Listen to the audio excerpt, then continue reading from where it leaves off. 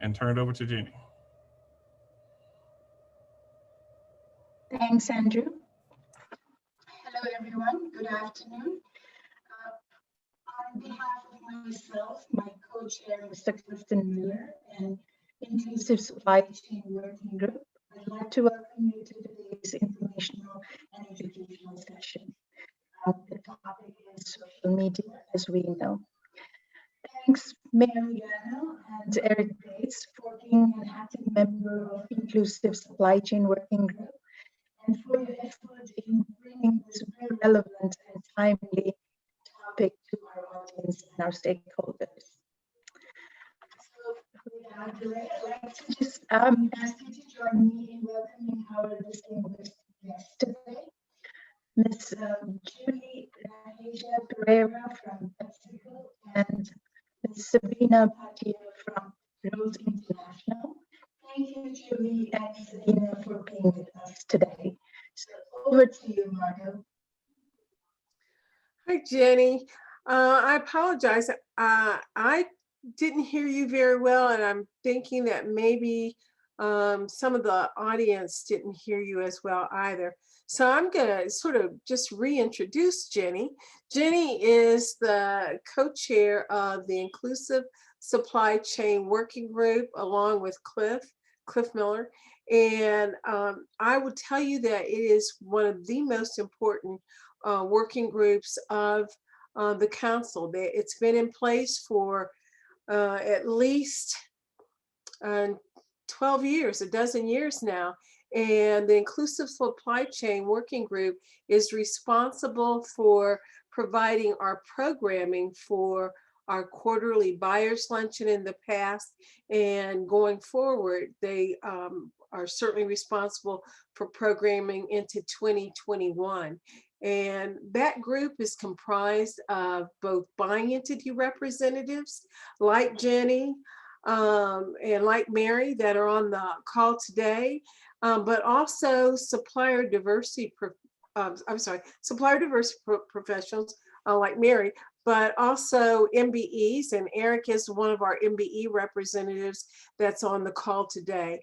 I am so excited and looking forward with this. So I will stop my conversation because I am honored and pleased to introduce one of the most dynamic women in North Texas.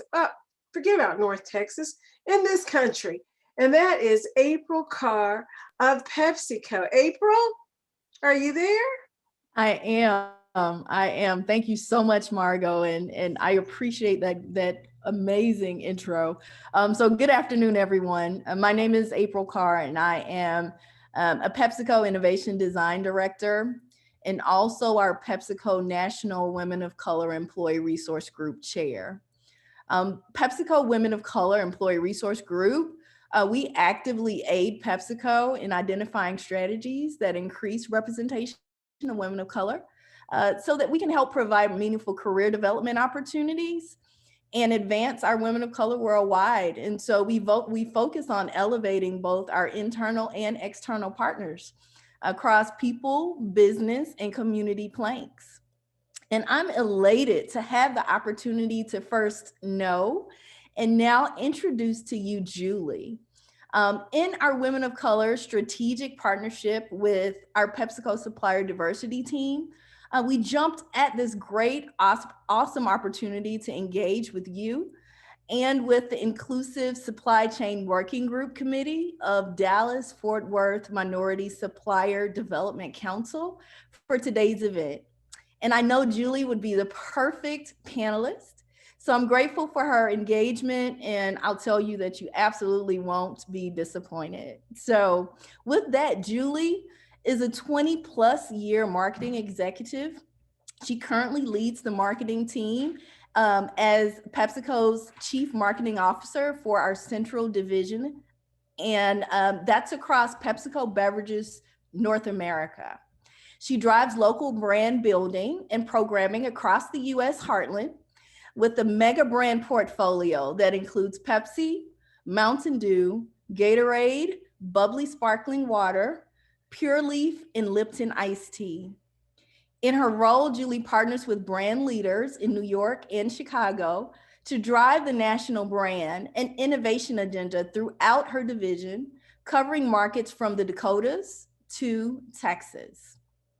Julie earned a business degree from Wilfrid Laurier University, completed the Leadership Development Program at Harvard Business School, and previously worked at Nabisco Craft. Beginning her PepsiCo career journey on Mountain Dew in Canada, Julie grew her career taking on various brand marketing, shopper, media, sports marketing, and sales responsibilities. Currently serving as an executive sponsor for Equal, another employee resource group that's focused on LGBTQ+ for PBNA Central Division, Julie has been involved in various charitable and engagement positions throughout her career. She previously held roles in Canada for other employee resource groups, inclusive of Mosaic, our Women's Inclusion Network. She's actively engaged in Women of Color, and she served as a board member for the Collaboration Partners, which is a social impact consultancy. She's a strategist that's focused on authentic leadership, and she's inspired by others who own their choices in business and also in life. So she's an avid sports fan, so go Raptors. And she also enjoys time with friends and family. So without further ado, I will pass it over to Julie.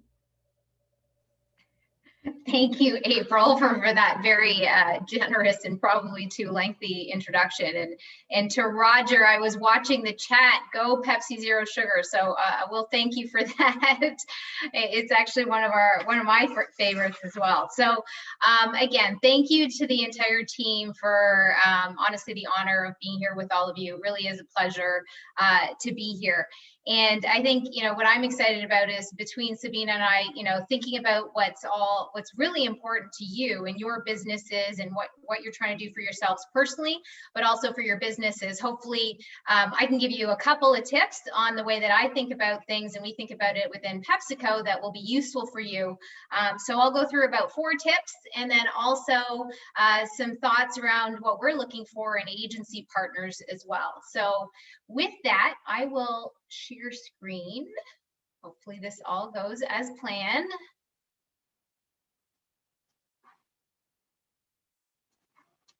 Hang on, sorry about that, team. Try that again.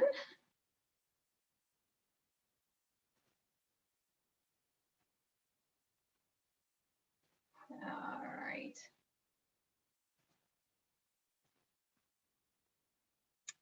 Yes, technology is always interesting. Okay. Let's see here. Can you all see it yet? Mary, I can see you. No, not yet. All right, we're working on it here.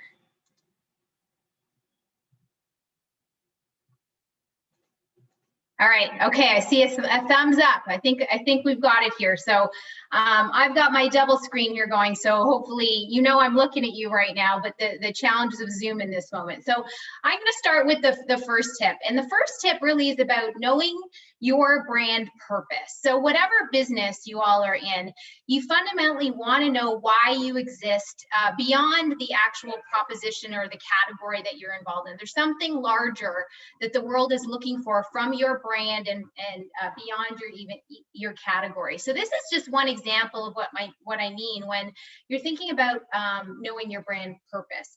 And that's the example of LifeWater. That's one of our brands whose actually fundamental purpose is about understanding that there's barriers that exist in the creative world. And not all creators actually receive the same opportunities to showcase this work. So particularly here, the example was, how do we help artists, particularly those Black creative voices that are out there who are trying to get their creative work out there? How can we really allow them to showcase it? So we're committed to advancing and showcasing that creativity and decided to partner with a number of prominent Black artists to immortalize some of the work they were doing, especially during this particularly challenging year. And what we did is we actually asked them to bring forward their art and offered $500 towards their original art submissions. And then they submitted it through Instagram with the hashtag Black Art Rising Contest and tag LifeWater as a brand. And then what we did was allowed all of that to come together in a digital exhibition to really uplift those voices and provide those voices a platform, putting forward about $50,000 in that program overall. So that's one example of really knowing that at the end of the day, it could come to life in many different creative platforms, but knowing that your role is to take away barriers of creativity, this is just one example of it. We also did it actually with schools. All of last year, we picked schools across the US and partnered with them. Many of them were looking for ways to beautify, and we partnered with local creative artists in the neighborhood to allow them to kind of put that splash of art in some school settings, which was really well welcomed by the artists, but also the school community. And so again, that's about knowing your brand purpose. The second one is about being empathetic with consumers. Many of my examples will kind of pull through this particularly challenging year and how we pivoted, but these principles allowed us to stay true to how we think about really authentically connecting. And this one is about really understanding what your consumers are going through at the very deep level. So Mountain Dew has had a history of working in the heartland for over 80 years. We were actually founded in Tennessee as an example, but more importantly, what we know about what Heartlanders were facing this year in particular is they faced a situation where suddenly the word outdoors was actually controversial. Going outside when we were all supposed to stay in with many stay-at-home orders happening in place was a real challenge. And for those who live in this part of the country, it was extremely difficult. Layer on top the financial and economic challenges that many Americans living in the heartland were facing, you could see that there's a real tension that was brewing. So what we decided to do was take those two insights by being empathetic for what Heartlanders were going through, and how did we, remove some of those financial barriers to getting outside. So what we did was we offered one-time $20 payments towards fishing and hunting licenses for Heartlanders to get outside and do what they love and get out there and hunt and fish. And depending on when you think of all the different things that an organization can encourage in terms of behavior, particularly at that time of the year, things like safely hunting and fishing with your family and a small group was definitely feeling like the right approach to take. So that's an example of really being empathetic for your consumers and what they're going through and pivoting, but then also knowing your brand purpose, because we were already very connected to the Heartland lifestyle. The next one is about building your local tribe. This one is really thinking through how you can make your partners and your consumers into super fans, and how do you connect with them authentically. And so, many of you may know PepsiCo is an organization that often has big celebrity partnerships, and we do, and that's an important element of how we use and amplify our brands and our voices with those partnerships. But we're finding is that smaller local level influencers can be even more impactful for us depending on the objective. And so we talk about influencers, micro influencers, those with maybe 1,000 to up to about 100,000 people following them. Everyday people who have these constant social network overall that are going on, who share their passions. Macro influencers are people we work with that are in the 100,000 to 1 million follower range overall, who are often specialists. And then you get to celebrities, which are usually about 1 million plus. But we can use those differently and think about them as you think about your tribe. And what we might do with some of these folks is you end up sending them product. They might do a product review. We've partnered with many different types of folks here. This example that I've got up on the screen right now is the Howdy Bubbly Cherry campaign. And this was about tapping into a local community insight. Those of you, I'm not sure if there's any Aggies on the call today in Texas or beyond on the call, but those of you know that the term howdy is, you don't actually say hello to people when you're an Aggie, you say howdy. So what we decided to do was using our Bubbly brand, which has those hello type greetings on the tab of our cans, we changed our cherry flavor to have a howdy greeting for that message. And we partnered with local Texas influencers and folks on their campus to amplify how they could amplify that opportunity, and particularly when 65% of people were just looking for a reason to smile. What a simple, nice little nod you can make by adding that howdy to the can, but also partnering with local influencers to amplify that message for people who just needed a moment to smile. So this was one that was a lot of fun, and we were able to really make it local in different parts of across Texas, actually. And then the last one, how do you involve your audience versus telling them what to do? So this example was almost the double click to that stimulus program I just mentioned to you on Mountain Dew. We first started out with actually offering up those $20 for anyone who went on. There was no purchase entry needed for that towards their hunting and fishing license. But then the double click was, there are a lot of organizations that are going through tough times as well. So what we decided to do was the outdoor grants. And this was now that we had started to create more of that tribe through the course of the summer, involving them into what we do. So we had overwhelming response to that first one that was actually exhausted in under 5 hours. This time we actually invited all of those folks that had already engaged with us to nominate local nonprofits for 5,000 grants, and invited those conservation nonprofits to also engage with us and apply for it. So you got that amplification to say, hey, what are the organizations that are important to you that we should support, that also remove barriers to people to getting outside? And so this was also unprecedented in terms of its response. We got well over, I'm trying to remember the exact number, over 40,000 folks to our microsite, over 1,500 grant applications, and we're going to be announcing those winners on Giving Tuesday in a couple of weeks, but very excited in terms of how we use the tribe that we had created to amplify this message for us. So that's an example of how you involve them in your journey. So those are the 4 tips. Hopefully you found that helpful as you think about your businesses. And now I'm just going to quickly pivot to some agency priorities as we think about how we build out our partners and platforms. The first thing that we look for and I look for when I'm looking for folks to work with is you want partners who are consumer centric. That is so important. Folks that understand data and decisions overall. But I think the other part of that is understanding that it's not just about big data. You can get small data in terms of understanding what's going on, watching consumers, the behavioral insights that you can get from going to a grocery store and seeing what's going on, how consumers engage. It's very different lately, certainly in this year versus years past, but there's lots of ways to gather that insight. And we look for that balance of what we call kind of big data versus thick data in different ways to get after it. And then the folks that bring that forward and share with us the so what of what you might do with that insight, those are the folks that, you know, primarily is really the most important thing in terms of how we work with.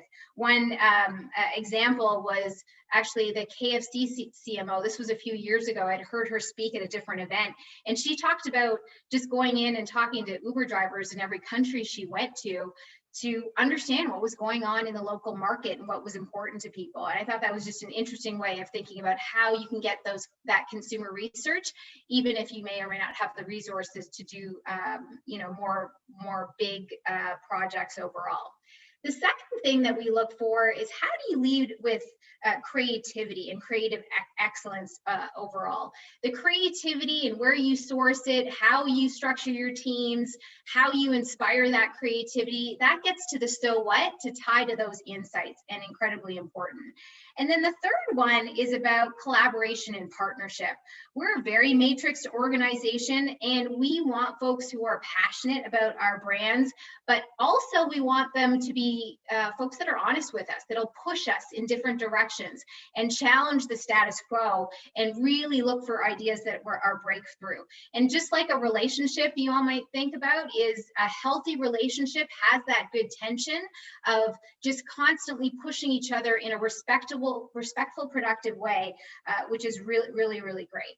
And then the last one is about diversity of staff, thought and experience. So, looking at the agencies that we work with, where do they staff one? Who's around their table? Where do they seek the creativity and diversity? One example is we work with an organization called Giant Noise, which is a women-owned business actually based out of Austin. We chose them primarily because of their depth and understanding of the consumer in Texas on some of the things we were working on. But when you dig even further, it was amazing to see that they were also a women-owned business. And we're looking for different elements on how you bring that diversity of thought to the table. Those are a couple of things that we look for overall. So hopefully that was helpful to some of y'all. I look forward to any questions. And with that, I will pass it back to the group.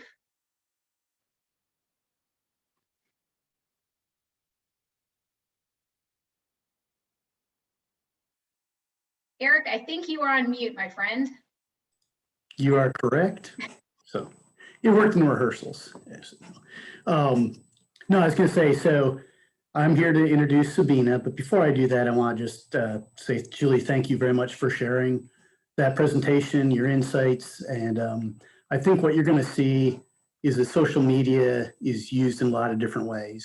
And so Pepsi has this consumer kind of focus, on products and the like, and you're going to see a little bit different story here with Rose.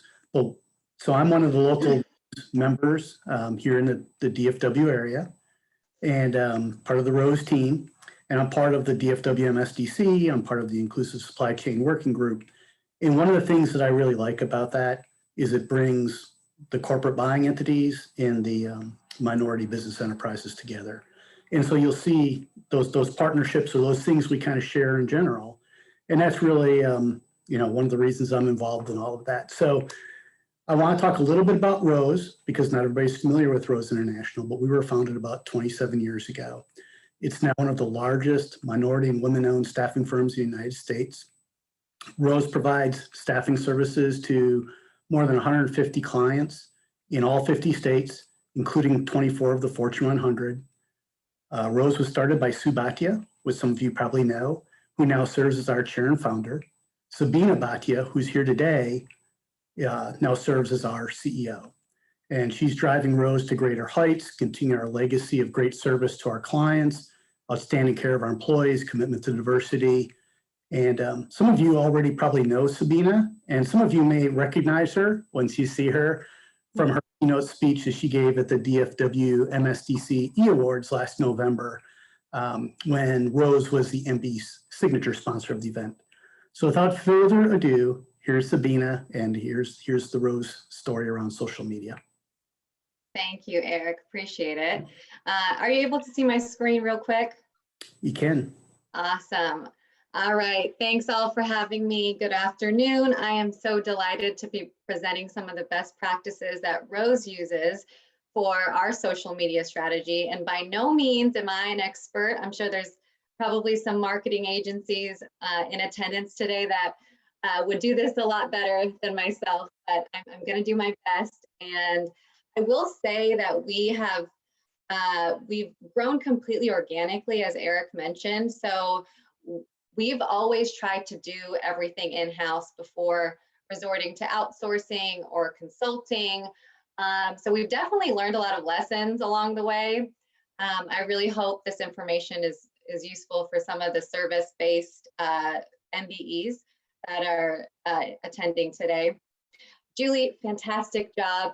Well done. I really think it's impressive to see how Pepsi leverages social media and influencers. You know, from a B2C perspective, it makes a whole lot of sense. And I will say, I think of myself as a sparkling water connoisseur. So when you were mentioning the bubbly cherry campaign, I love that. All right. Well, before we get into the deck I have for you today, I wanted to point out the Glassdoor plaques that we have on this slide, because not only is Rose the only staffing company that's made the best place to work list 2 years in a row, which is, we're ecstatic about that. But one can argue that sites like Glassdoor, Indeed, LinkedIn are also forms of social media. So if you're a business owner and you haven't claimed your business on some of those sites, I highly recommend doing that. I think that nowadays, not only are good employees hard to find and retain, but they have a choice of who they want to work for, right? So chances are when they contemplate applying to a job of yours, they will check you out on social media or Glassdoor and other social media to determine not only culture, but legitimacy in some cases. So, all right, amplify your presence. Most individuals have a profile on either LinkedIn, Facebook, Twitter, or Instagram, which is why your business should probably be on all of these. Make it easy for people to find. I think 5 years ago, it would have been sufficient to operate off of just your website, but nowadays it really does help keep you relevant in not only the marketplace, but with potential employees. We use all of these pages to amplify our presence, to push out our messaging, to showcase our brand. And from a company perspective, it is easier to update these pages versus updating your website. You don't need to be a UX, UI designer or a programmer. Everything is fairly user-friendly, and you can save time on updating all of these sites at once by using a program like Hootsuite. That really does come in handy, but these four are definitely a must-have, in my opinion. Founder's voice. Some people will think that this is me because we look so much alike, but this is Rose's founder, my mother, Subatia. She has an incredible voice and story, just like I'm sure many of the MBEs in attendance today also have an incredible story. But thought leadership is the takeaway. Be active and give your followers or connections or employees a reason to follow you. Give them a reason to hit that connect button. And that requires some thought, it requires some effort. But if you're the leader of your organization, having posts that reflect on your industry or your business line is what people, I think, are interested in to show the level of thought leadership. And like I said, it does take a lot of effort, but it does contribute to your overall brand. Sue actually loves to write, thankfully. She started publishing her blogs on LinkedIn, which is free. Anybody can publish blogs on LinkedIn. It's a great way to showcase your brand and your organization and what you're all about. But her blog is called Making It Happen, and it's amassed over 50,000 subscribers now, which is pretty amazing. But I think that is what social media does. It allows you to amplify your message better than anything else out there. She will, of course, post some personal pictures you can see on the slide. It depends if you're a private person or not, but it can talk to culture as an organization because culture does stem from the top. But the key here is to use your voice as a leader to help cross-promote items from your business or initiatives that you're helping run. Okay, these are some guiding principles that we use at Rose to not only maintain our presence, but to expand our social media presence. The first, define messaging, right? Pretty straightforward. You want to make sure you have an organic and targeted following that actually cares about the type of content that you're putting out.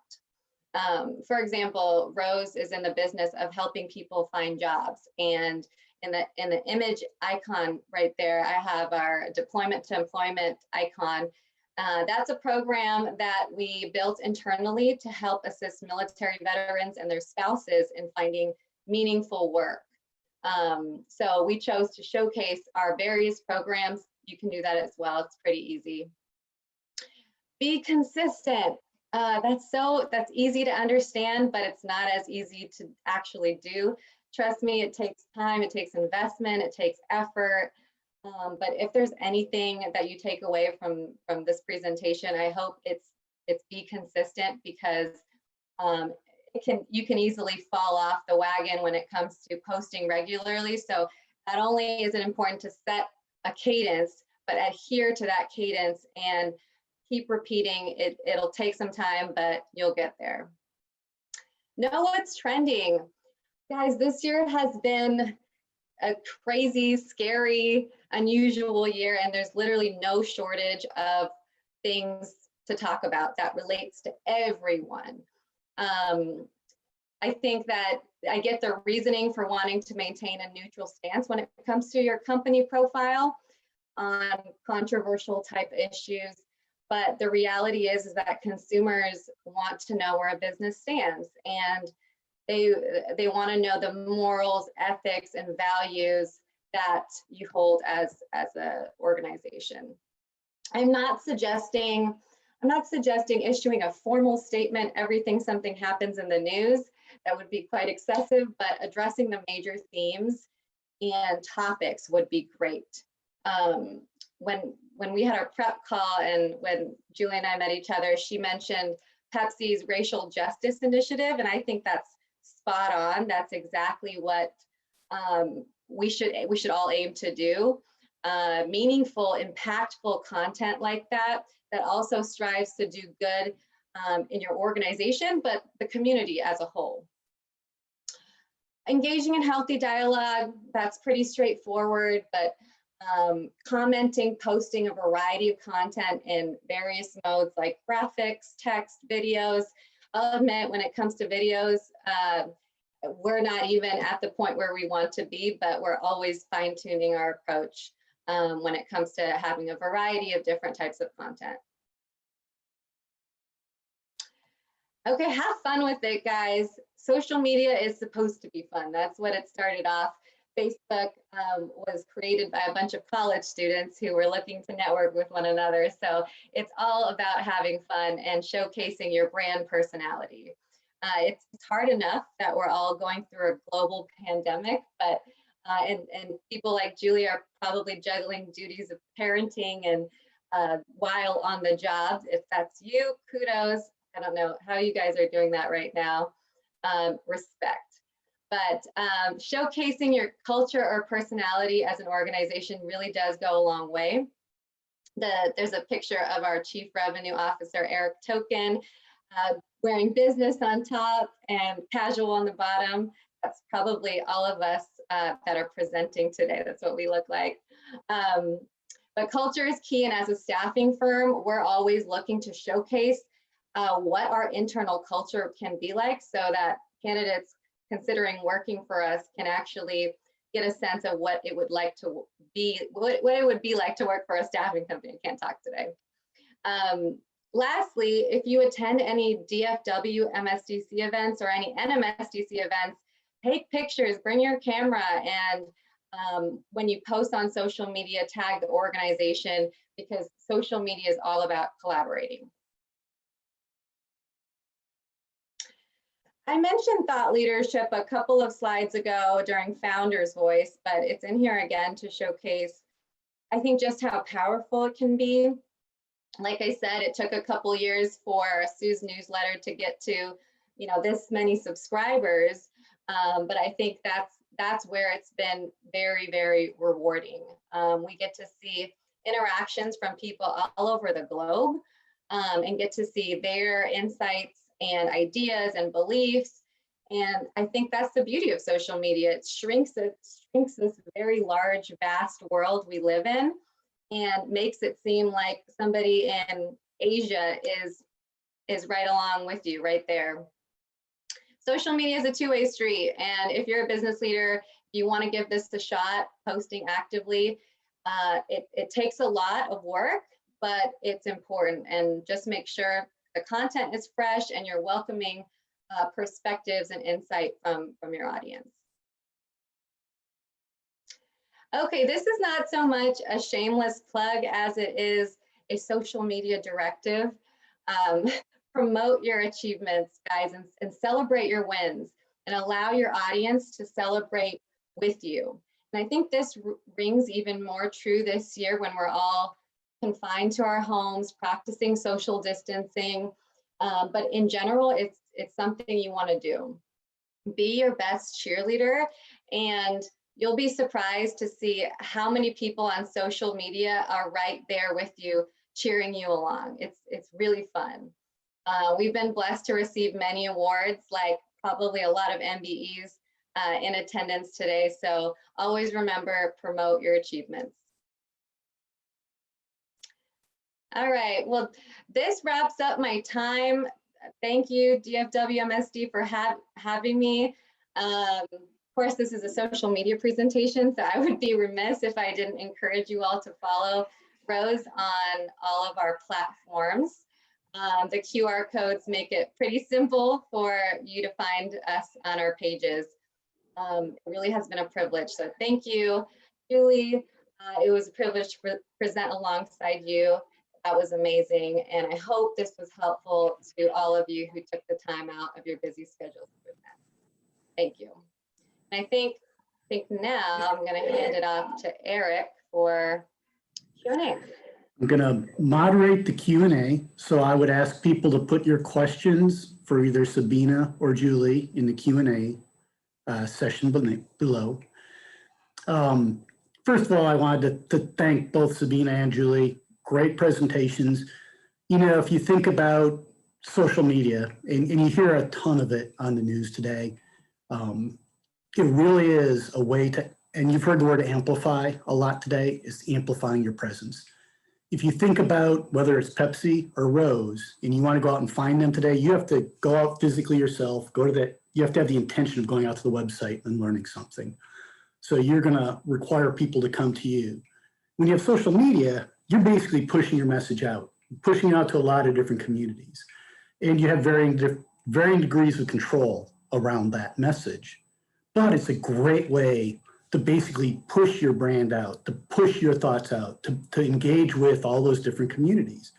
And it's an incredibly cheap way to do that. So, I mean, you know, as an MBE, there really is, it's a way for you to engage without a lot of investment. It's what, you know, Sabina had said before, you don't need amazing technical skills.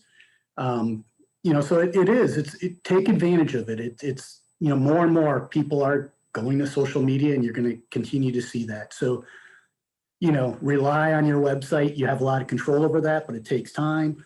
Push your brand out to social media.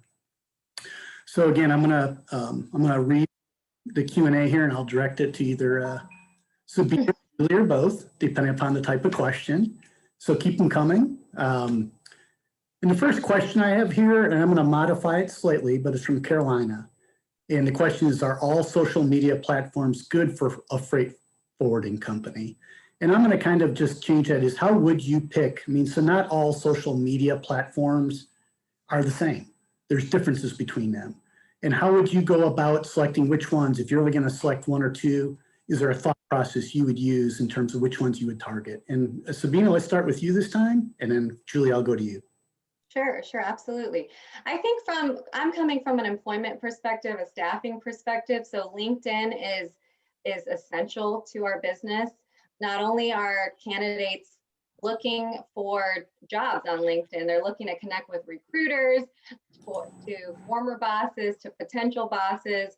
And I think having a LinkedIn page is one of the ways to identify your business as legitimate, but also to showcase the culture like I was talking about before. So if you were to spend time and effort in one platform, I would probably recommend LinkedIn. But again, it does depend on your type of business. If you're a service business or a product type of business. Julie, your thoughts? Yeah, similar to Sabina, I think it depends on the type of business, but here's what probably everyone on this call knows. If you're of a certain age range, Facebook makes a lot more sense versus a little bit more kind of Gen X, millennial. You're probably looking for more Instagram. And if you're looking at Gen Z, you're probably looking at TikTok. So it really does depend what you're trying to do in terms of building your tribe. I saw some of the chat earlier and I loved that line. You got to know your vibe to attract the tribe. Someone says along those lines. And it really does. You have to know where is your target currently operating and what do they want to hear from you at that point. Some of those platforms are more new at introducing businesses and products and integration and partnerships. And some, have been at it a little bit longer if you're looking at things like Facebook. But I would really start with who are you trying to target? What are the platforms that they're on today? And what's a meaningful, relevant way for you to engage versus just interrupt them into those platforms, but truly add value to their experience while on that platform. Thank you both. I think those are both good insights. The things I would add, quite honestly, is just what was already said, is where does your audience, where does your target group hang out? And if you think about the platforms themselves, some allow for more robust messaging, more permanent messaging, as opposed to Twitter, where you fire off a number of characters and you're done, right? Versus LinkedIn, where you could have an article, or Facebook, where somebody can go back and look. And so really it's where do your target audience really gravitate towards, and whether that's generational, what type of capabilities does that platform have, and what do you want your messages to resonate? And you use them for different things, in all honesty, too. A lot of times I think you use them in conjunction with one another. I go on to the next question here, and I'm going to direct this to you, Julie. In an age where young people are critical of major brands being too personable or acting as individuals, how can you find the sweet spot of engagement? Yeah, that's a balance, right? But everything that we know about successfully engaging today is people want to know there's people behind those brands, right? It's not just a brand. Ultimately, we say, PepsiCo's an organization, but really PepsiCo's a bunch of people that live up to a certain set of standards and values and code of conduct and the way we operate that find ways to meet consumer needs. So when you're thinking about how to really engage, I think those are a couple of the things you want to think about is what is that balance and what's authentic to your proposition. You don't want to be too personal because people know that you're still selling a product, but you want to be authentic about it. I think one of the best changes that came about in the social media landscape was when influencers had to disclose that this was a sponsored post. And I think that's right for everybody in the platform on all sides to be clear when it's a partnership and when it's just somebody doing it on their own. So my advice would be find those authentic partnerships and people and influencers who already were using you, enjoying your product or service, and find ways to elevate and partner with them even further to make it more personal and feel more real when they know that Sabina was supportive of cherry or bubbly or sparkling water product. That means that goes a lot further than maybe somebody who didn't. So hopefully I'm not sure if it totally answered that question, but hopefully it helped. Sabina, please feel free to jump in. I was just going to say, if you want to sponsor me, I wouldn't be opposed to that. Free book. That is my follow-up. I'll take it. All right. If you think about it, I'm just kind of going off of some of Julie's comments there. At the end of the day, companies are all about people, but it is tremendously important to be authentic and to be honest and portray things, because at the end of the day, social media, there's a lot of perception involved, and it's hard to get all the facts, so to speak. And so you want to represent things in a constructive way, in an honest way, in an open way, and like Sabina had pointed on, some of the personality and some of those pieces, it all kind of weaves together. And I think that's the thing that social media is changing, is when we used to think about Pepsi before, maybe it was just a product, right? And now you're starting to see people, you're starting to see names, you're starting to see every one of us out in LinkedIn. I can go out there and look probably at least half of the people up, know where you went to school, know what jobs you've had, get a picture of what you look like. I mean, it's incredibly, transforming. And it is the reality of business today.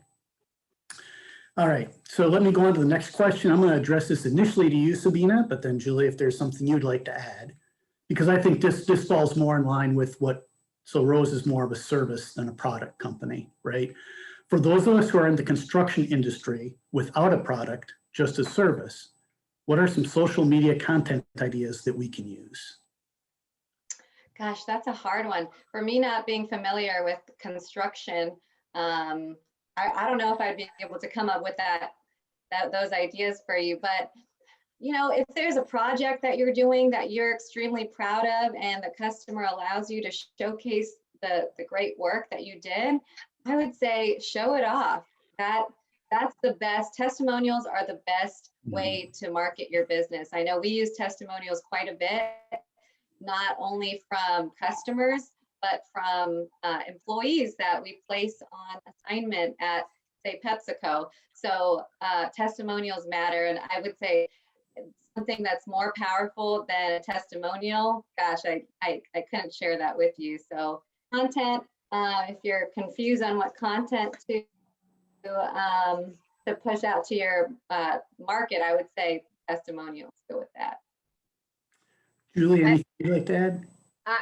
Similar. I'm not as close to the construction industry, but I can tell you my experience working with contractors. The little tip I always heard was it's about the compromise between money, time, and quality of the work.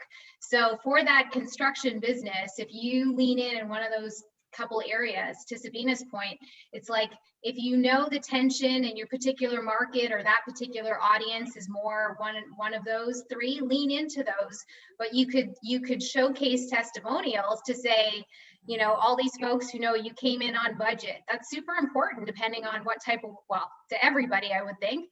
Same with balancing the quality and showing people experiencing the quality of the work in whatever the construction project was overall.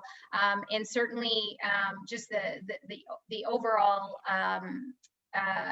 result of it. But I like the idea of testimonials. Just know where you want to lean in based on what your brand is about as a construction company and what you're really good at. Yeah, so I would add on there, what are your capabilities as a company, but then really reinforce that with, people love pictures. I mean, visuals in social media are incredibly important. So pictures of what you've done, and then testimonials of how much people enjoyed it. If you're part of construction, you're on Angie's List. If you have a great rating there, go ahead and share it. I mean, it's all about trying to build up that positive perception, getting your brand out there. And, whether it's a service or a product, it kind of follows the same kind of path in my mind. You have to tell people what it is. You have to show them what it is. You have to keep repeating it and have people agree with you, that whether they're influencers or just your common folks. So I know when I look for a construction company to do some work, like fixing a column in my house, that's a stone column for a patio. It's not like I live in a mansion. But, I'm going out there looking at sites and looking to see who's highly rated. I mean, it's that simple. So, all right. I have next question. I'm looking to take a course on digital marketing. Do you have any suggestions or ideas on what to look for in continuing learning? So I don't know, Julie, if you want to take a crack at that first. If you'd like me to repeat the question, I can. Sure, go ahead. Thank you, Eric. I'm looking to take a course on digital marketing. Do you have any suggestion or ideas on what to look for in continuing learning? So, from a digital marketing perspective, what would you suggest? Well, even the word digital marketing is a big, giant topic. So I would say to that, person, what do you mean, or what do you want to learn within that? And think through bite-sized ways of getting at it. There are, of course, many good courses through different organizations online that you can absolutely look at. I'm going to ask some of my colleagues to maybe help me out on some of the best ones, and then break it down, right? Is this about media? Do you want to learn on how to buy media for on a digital space? Do you want to learn about what are the best in class creative pieces? Like, what are the must-dos, certainly from Facebook and Instagram, on how to, literally create the creative that's going to resonate the best? Are there other elements on just broadly picking the mediums that are important to you that are helpful? The great news is that both of those organizations, as well as with Google and YouTube, they have many things that are available to small business owners in order to one, teach, but two, optimize their dollars across a number of channels. And I just picked those ones as the two large ones with Google and Facebook. But that's where I'd start, is look at what's available. You could probably get things, some great tips without, a lot of dollars, and then start to break down what are the things that you want to learn in that journey, on understanding your audience, to understanding how to write a great brief, to how do you get to the creative, to how to buy the media. Thank you, Julie. I'm going to go out of order with the questions just slightly here, just to alternate. So this next one here is for Sabina. And it says, we value connecting with our target markets, but at the same time, we don't want to push them away by being seemingly always there, that fly on the wall that won't go away. How do you balance consistency and not overposting? Or is overposting not even a terrible thing? Yeah, it's a balance. You don't want to be that one supplier that is annoying with your messaging and reaching out to people. But with social media, if it's on your own company's page, I don't think once a week is too much. We usually aim to do once or twice a week when it comes to posting about our business or testimonials or company culture. So it is a balance. It would depend on your industry and who you're targeting, of course, but I would start with once a week for sure. The thing I would add around that, because if you actually Google, because I looked this up, because I thought this question might come up, it said, how often should I post? It really varies by your social media platform. And that's because the permanency of some of those are different. And so if you're tweeting, I think it was 4 to 5 times a week. If you're, posting on Facebook, probably once a week is fine. So again, know your audience, know your platform, kind of what messages are you putting out? So, if all you're doing is you're constantly patting yourself on the back, then people probably get tired of it, or you're promoting your services. But if you're giving thought leadership, that's a different story. Like, one of the things that we try to do in Rose is give interview tips, for example, because a lot of our people are interviewing. And it's constructive content that's relevant and is timely. And so if you're doing that, I think it's well received, and you can overpost, but just be aware of your platform and the types of messages. Julie, anything you want to add there? No, you both covered it. All right. So this next one is for you, Julie. And I'm not going to make it as specific as the question is, but basically, will PepsiCo partner on a campaign with like local emerging folks? And I will tell you firsthand, because, I hang around Pepsi quite a bit, but everybody wants to go to these big corporations, right? And they want to say, how do I engage with you as a big corporation and either get you to recognize my brand, or how do I get more involved? How do you typically handle those sorts of things, Julie? Yeah, that's I can appreciate that can be a tough one, but I'm gonna be honest, a lot of these things does come down to, like where we started, we're people too, and trying to build relationships. So if you certainly know somebody, that's obviously the easiest way to kind of drive the connection, but also think through the creativity of how you want to break through, and what the mutual, value is in that relationship. But I'd say broadly, I know Paige is on from our supplier diversity team, and we are definitely looking for more different voices, diverse voices in our partners and our agencies. And that's what I'm trying to do within our division for the support that we look for. So I can appreciate that it can be challenging, but those of you on there we go, Paige Adams at PepsiCo.com. If you have I saw a couple in the chat that I actually wrote down that I did want to follow up on. So feel free to do that, and we can certainly follow up to see if there's a fit, if not within my team and another team. But it is, I get it, folks, it's a tough road sometimes to figure out how to break through as a smaller business, but don't give up. If you have something that unique and coming from a different place, from different types of voices, we are definitely looking for that and within PepsiCo. So Paige, feel free to correct or add in the chat if there's anything else you want to chime in on. So I'm gonna put so Mary Gano is gonna do a plug for the next social media session that we have. So we're doing 2 back-to-back.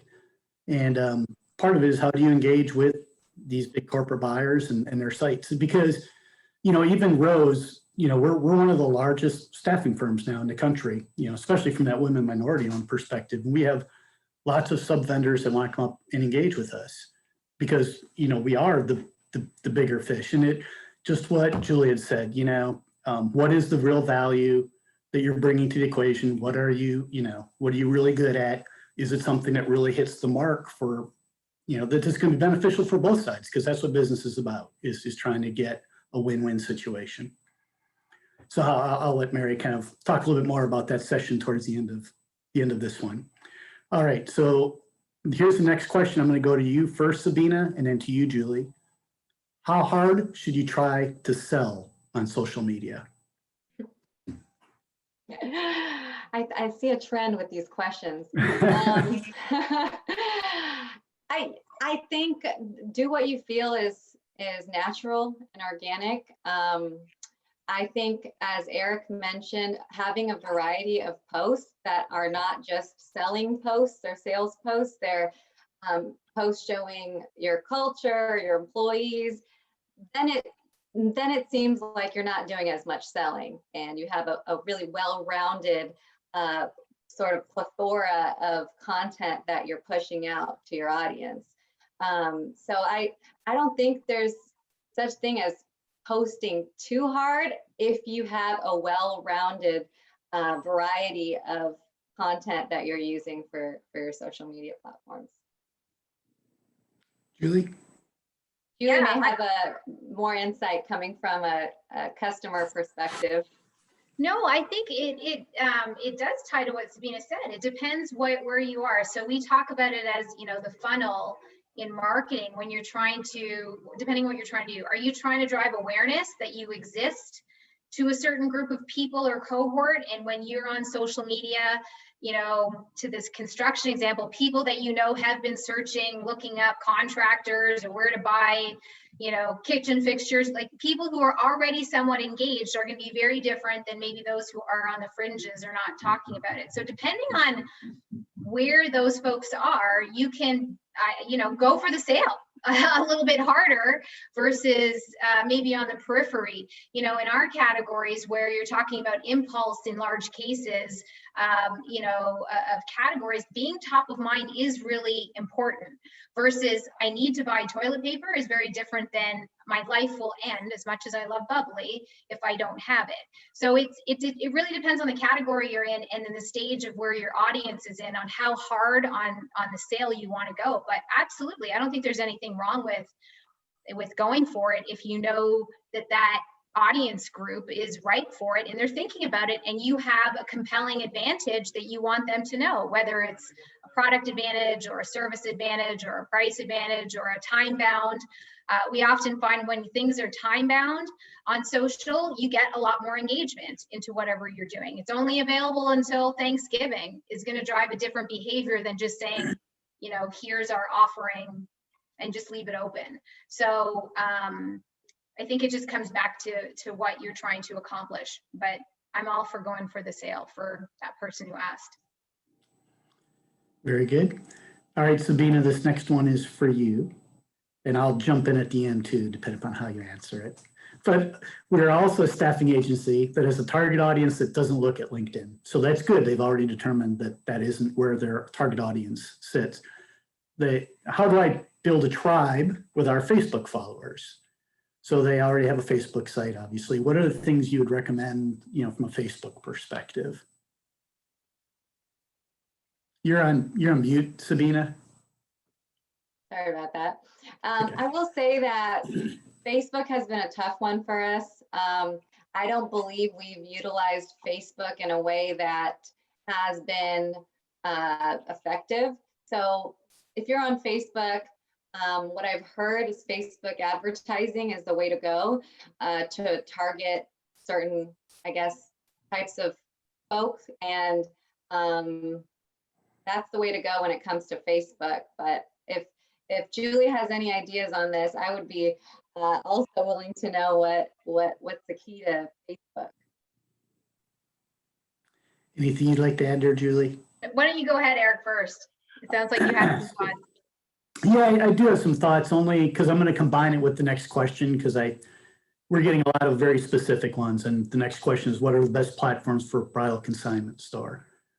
Whether it's, so you want to be on Facebook, bridal consignment, you have all these different platforms out there, and you have to know where your audience is. But one of the things you can do is go out to those platforms today, do your own searches, find those companies, those networks. Social media is a tremendous amount about cross promotion, and you do that by following somebody you like, by posting on their site, getting people engaged. You start to get those connect points, and it allows you then to identify, what are the potential followers for your staffing firm, or what are people that you would want to reach out to. And there are every one of these social media platforms, they also offer different levels of service, in terms of, a lot of them do at least, like LinkedIn, you can see who's looking at your page, and that gives you some options. And, so the deeper you dive in, probably the more value you can get out of it, but you really have to think through, what's my time worth? What are the people I'm reaching out to? Is it really going to be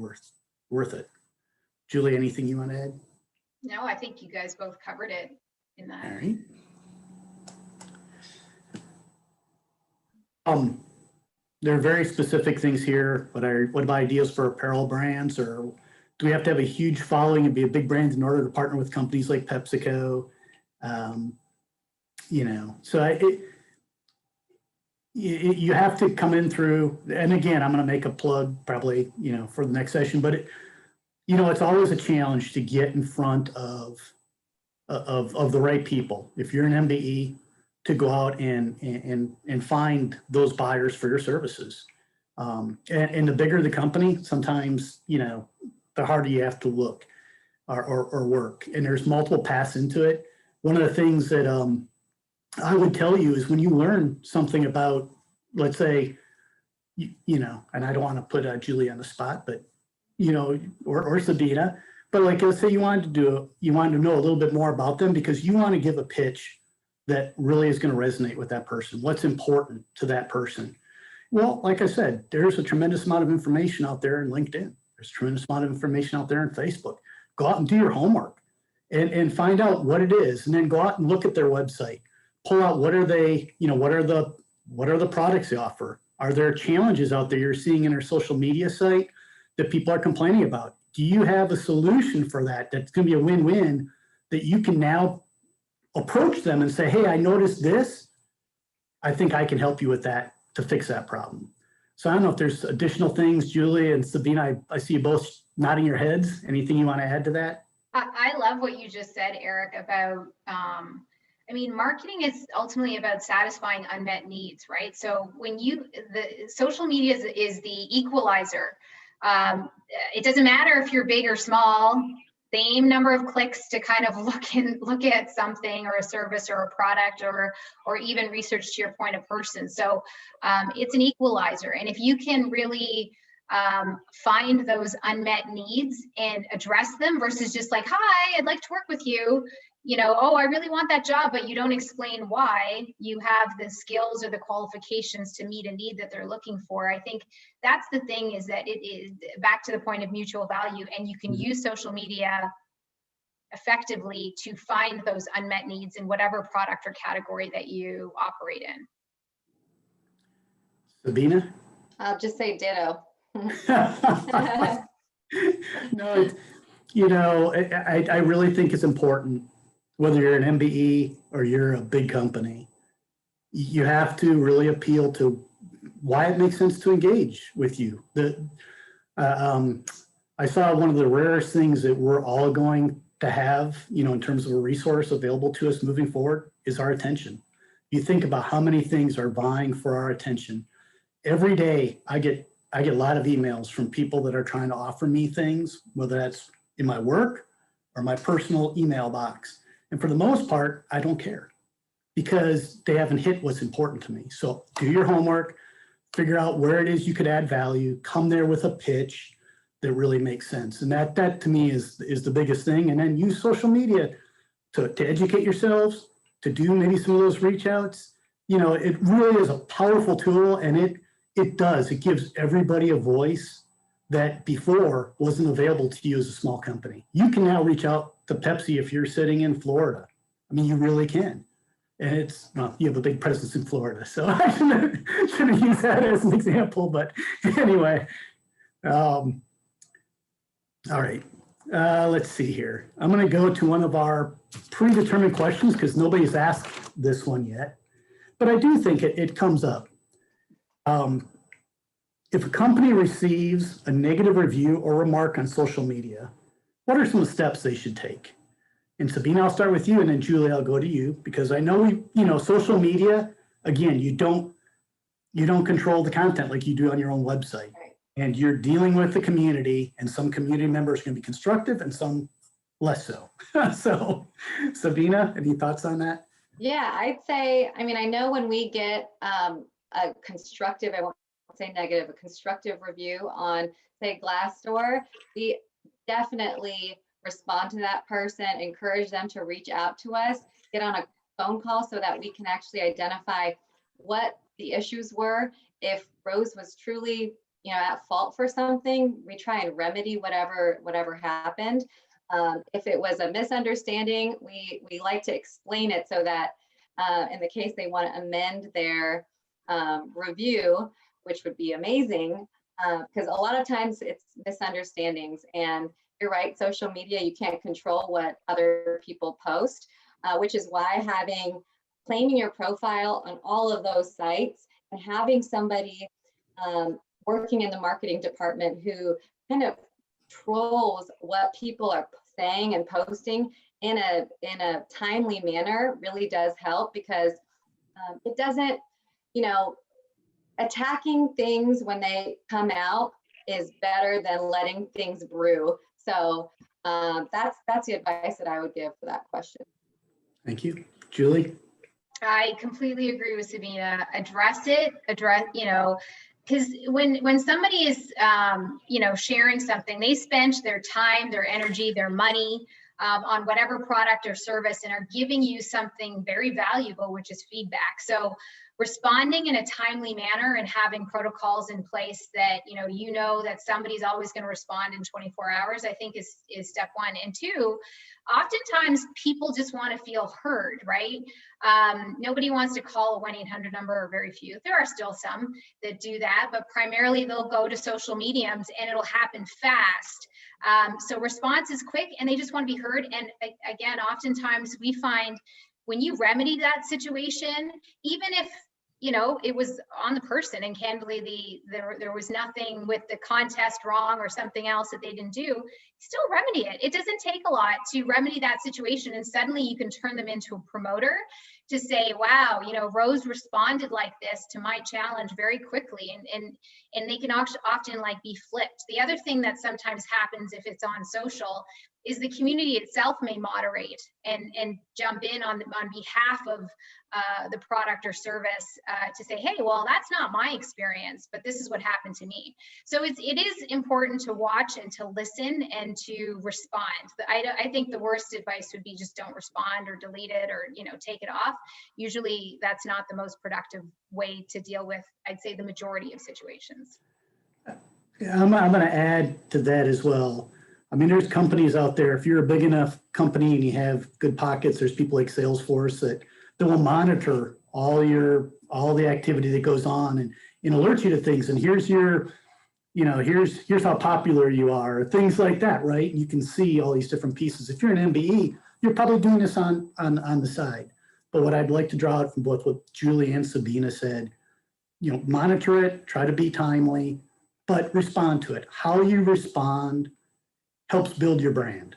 And if somebody, even if you don't turn, you have a chance to turn that person who posted that comment, but the people that see that comment and then see how you responded, that helps build your brand and helps in that way too. So, you know, there's not one way to do it, but try to be timely, try to be, you know, constructive, all those different things. I don't know, so we have probably just a couple more minutes left. I'm going to ask one more question here, and then maybe Julie and Sabina give you a chance to summarize, and I'm going to turn it over to Mary. So the last question that I'm going to have from our list is, Sabina, potential employees are being more selective on companies in which they seek employment. What can corporations or companies do to attract employees? And, you know, the same probably holds true of Pepsi because you guys hire a lot as well. Absolutely. And I think you're exactly right. In today's day and age, employees have a choice on where they want to work. And social media is key for showing them what you're all about, what you stand for, what your mission, vision, and values are as an organization. Like I said, 5 years ago, I think websites would be more checked than they are now. But what can you do as a company to, I guess, attract talent, right? That's your question, Eric? Mm-hmm. Yeah, attract talent. I think showcasing what good you're doing for the community that's big right now. There's a lot going on, and like I said, you can't ignore the tension and what the landscape is. Showcasing what you stand for as an organization, it matters. And I know people will tell Rose, they'll pull me aside and they'll say, I love what you posted on this or on that. And it really does showcase that you care. You care not only about your customers, but you care about all of us who are working for you. So showing potential or prospective employees that you care, not only for them, but for the communities as a whole is essential, in my opinion. Very good, Julie. Yeah, I echo that, you know, making it clear on all platforms what you stand for, what your mission and vision is as a company, as well as how you operate, like the how of that, those guardrails and what you stand for is incredibly important. You know, PepsiCo is very clear on what we stand for, and in terms of many different topics related to the community, the planet, and inclusion in general. And I think that is increasingly becoming more important, particularly to new folks coming out of school and what they're looking for. This next generation, that's like table stakes, because I'm finding even when we're recruiting, these are people that want to change the world, and it is phenomenal. And I can't wait to see what ideas they bring. So you want to attract that talent that has the same fit and aligns with what you're trying to do and evolve to as a culture is a big driver. And then, you know, also, of course, whatever your product or service, like you have to share what are your advantages. People want to join organizations that are winning, that are innovating, that are trying to drive change. And I feel like this particular, as much as it's been a challenge, which I know we're all tired of hearing about how challenging this year is. It is ripe for innovation, for especially businesses like many of the folks on this call to think differently, because all bets are off. You can change the game in so many ways with shifting consumer behavior and how people are thinking about how they fit in. So I'd encourage, if you want to attract those people, make your purpose and what you stand for and how you operate really clear, and then showcase your competitive advantages and how you're innovating as a company. Very good. Thank you, Julie. And then, all right, so I'm going to give you each a chance to kind of summarize your thoughts on kind of like social media, the importance of social media to your company today, but also, you know, do you see that growing in importance in the future? And do you see any changes kind of on the horizon? So, Julie, I'll start with you this time, and then Sabina, I'll come to you after that.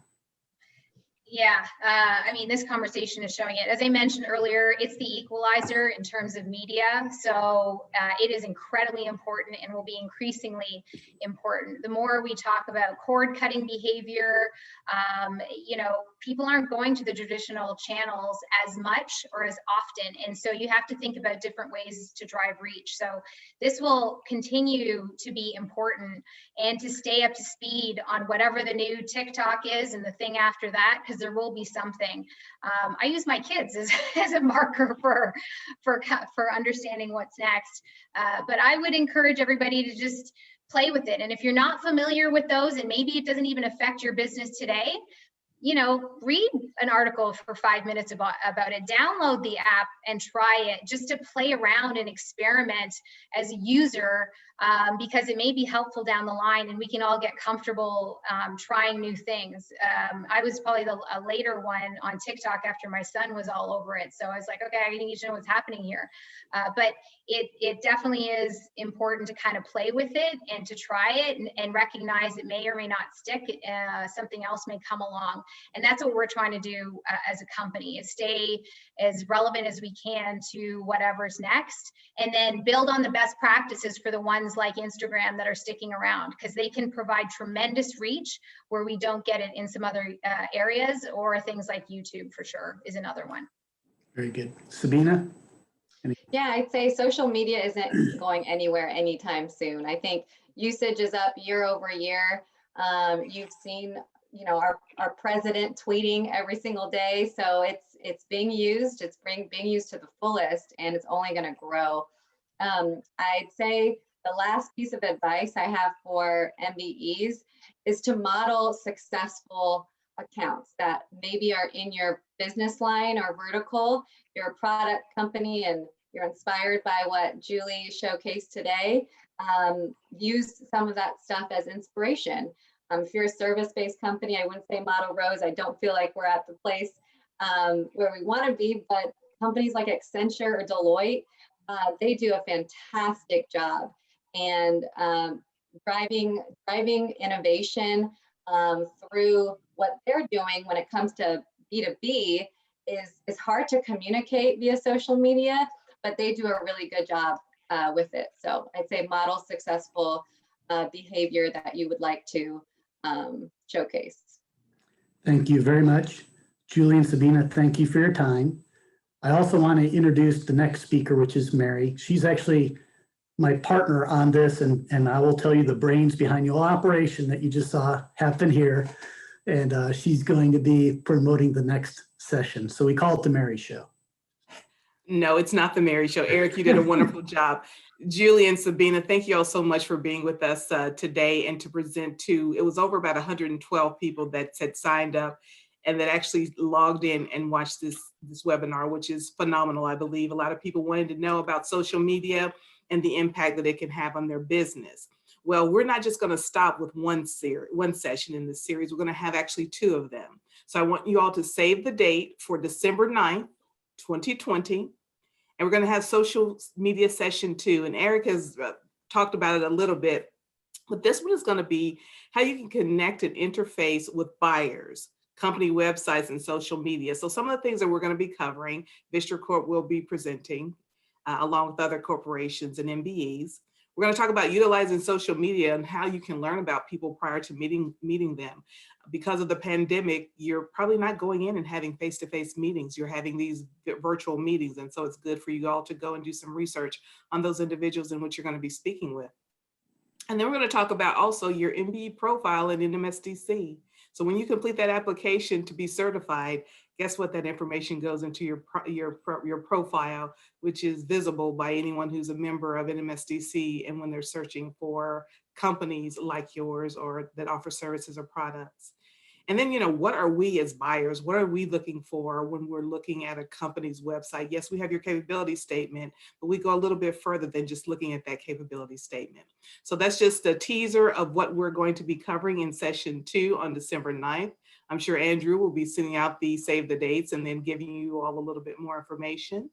I want to thank you all again for participating. I want to turn it over to Mr. Cliff Miller, and then he will turn it over to Ms. Margot Posey to close us out. Mr. Miller? Thank you very much. I want to add my thanks to our speakers today for the way you engaged with this. There was a lot of work that went into this. If you really understand what Eric and Mary had to do to coordinate and deliver this, and thank you, Eric and Mary, on behalf of our co-chair, my co-chair, to the participants. You took the time, you're here. I know we would like to have your comments. You submitted a lot of questions. We're going to capture this. I co-chair the Inclusive Supply Chain Working Group, which is responsible for delivering these educational sessions. And we pay attention to what you say. So it is important. We will be capturing these comments, but please provide some additional comments. And I also want to put a plug out there to all the buying entity members and the MBEs. We still have some slots open in your questions or your chat, requesting more information. We get that out to you. And now I'd like to present the dynamic, soulful Margot J. Posey, President and CEO of the Dallas-Fort Worth Minority Supplier Development Council. Thank you, Cliff. Let me just thank both Julie and Sabina for their presentations today. And most of you know where I sit in the social media space. I don't, but you all have both inspired me. And both of you said something that I think is really important. And the really important thing is this is truly, social media is truly a body of work. It's not just you're gonna hit it and quit it. You've got to do it. I mean, if you're going to do it, you got to commit, and that takes time, effort, and real work. And again, the time to actually do it and to do it right. But I think that both of you have certainly inspired the whole group. And I'm looking at all the questions that were in the Q&A, and then there were questions in the chat. So I think we're in a better place. I know we're in a better place than we were before we had this. And I'm excited about the second part of the series. I want to thank our Inclusive Supply Chain Working Group. I thank them at the beginning. I thank both Jenny and Cliff for their leadership. I want to thank Eric and Mary, because they actually did take the lead, and you have no idea how long it took to put this together, because we were determined to put something together with the very right people to present. And everyone has busy schedules, but vetting out who would give you, the audience, the best information, I think that was harder than anything else. And I applaud both Mary and Eric for their diligence in making sure that that happened. I want to thank Nicole. She's our staff representative on Inclusive Supply Chain, and picks up and does anything that she's asked to do. And we appreciate her for that. But I really appreciate all of you that tuned in for this. hopefully you'll tune in for the second part of the series. It will be easy to remember because it's on December 9th, which is one day before the E Awards Gala, which is on December 10th. There we go. There we go. And we are using social media to communicate information on the E Awards. So we hope that you'll take advantage of that. We've got a couple other things that I would be remiss without mentioning. And I know I'm almost out of time. I'm probably out of time, but we also have, here's the save the dates for the Fort Worth ISD and DFW MSDC series. You don't want to miss that. It's going to be how you do business with Fort Worth Independent School District. Then we've got, but this week, and Andrew, correct me if I'm wrong, but I think we've got the Dallas Independent School District event tomorrow. And I know that we have over 1,000 people actually signed up to participate in that. We've done that virtually in the past. We've always had at least 350 to 450 people show up. And tomorrow, it is tomorrow, right? Is that correct? Yeah, it's tomorrow, yeah. It's tomorrow. And we've got over, on Friday, we had over 1,028 people. So, you know, if you can get into that, you want to participate. I think it'll be a great opportunity. It's not just Dallas Independent School District. I believe there's actually 12 independent school districts that are participating in that activity and event. I want to wish you all a wonderful Thanksgiving, and we all can be thankful because if you're on this call, you're here. You know, you're here.